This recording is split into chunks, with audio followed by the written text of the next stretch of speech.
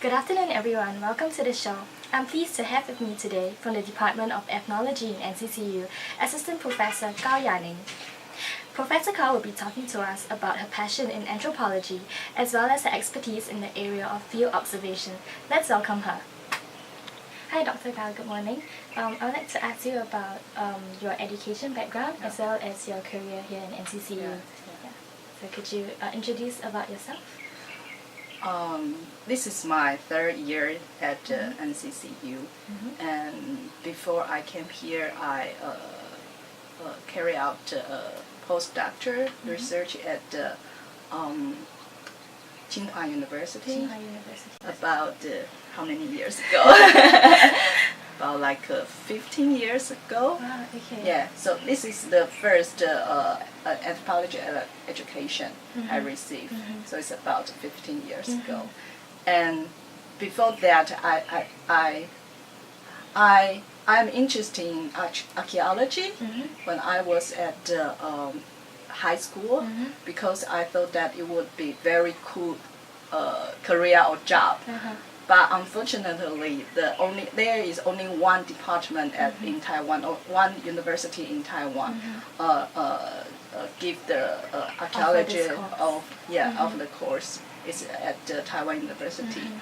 So because I'm not good enough to enter the Taiwan University, so I received a religion education at the Fieldwork University in Xinjiang, in Taipei. But during that period, I was very interested in a course called Fieldwork. So that's why I applied for the master program at Tsinghua University. So this is how I start my anthropology education. Alright, so you said that you were very interested in archaeology. Yeah. So what actually developed your interest, like made you so interested in archaeology? I think there are two reasons or two things that brought me to have the interest in the archaeology. One is my father is a historian. Ah, okay. So I read a lot of books on the history. And the other is that I read a novel. It's about a kind of adventure that you can go to different place and to deep like tombs. Like in Egypt, yeah, you look for mummies or something. Yeah. So the two reasons I developed my interest in the archaeology. Okay, so you talked about being an anthropologist and doing fieldwork. So would you like to tell us about what fieldwork is about? Okay.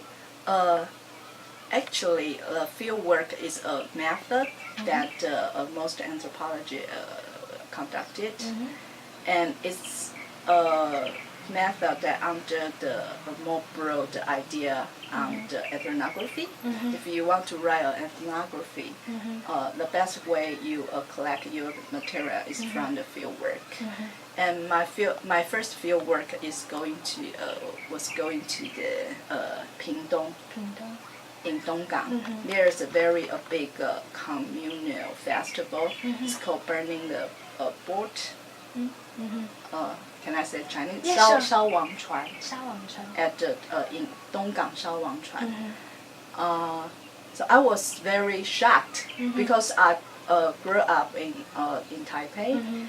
And I seldom went to any festival in Taipei, even though Taipei has a lot of the temple festivals. But the first time I went there, and I think I was so shocked because I haven't seen that so many people like came to attend that kind of ritual and the festival and stay up the whole night and to waiting for the burning the boat. So I think the best way you collect material is not just staying in office or in library. It's the best way is you try to talk to people, you watch people what they are doing, and you talk to them. So I think this is the spirit of the field work. Yeah. Okay, so how long do you usually conduct a fieldwork for? Because I know that there may be just a short observation, but there can be one that can be really long. Yes. Yeah. So would you like to tell us a little bit more about maybe your experience? Yes. And maybe how long you took to finish maybe one fieldwork or something. My first field site is in Guangxi. It's along the border of China and Vietnam. And I think the first time I went there is about like 1 month, but it was very long to me because it was my first time to leave Taiwan and stay in a very place I'm not familiar with. And I carry out my field work about 7 months for my amethysts, and my doctoral, my PhD thesis took me about 14 months. Yeah, so it's quite long because normally for the field work, it's better to stay there about like 1 year because you can see the year circle, what people do during the year. So this is the basic, how to say, the duration of the field work. Yeah. So was it difficult for you to get used to the life over there? At first, yes, because the second time I went there is during the summer vacation, and I went to a village. It's not a village I talk about for my amethysts. It's a village that in a very remote area. It took me like 4 hours walking to that village, and there's no electricity and no water, no running water. So it took me for a while to get used to that kind of life.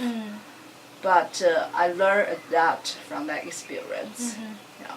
So you would think that even though it's maybe more it's difficult for you to get used to the life over there, field observation is still worth it. Yeah, it's still worth it.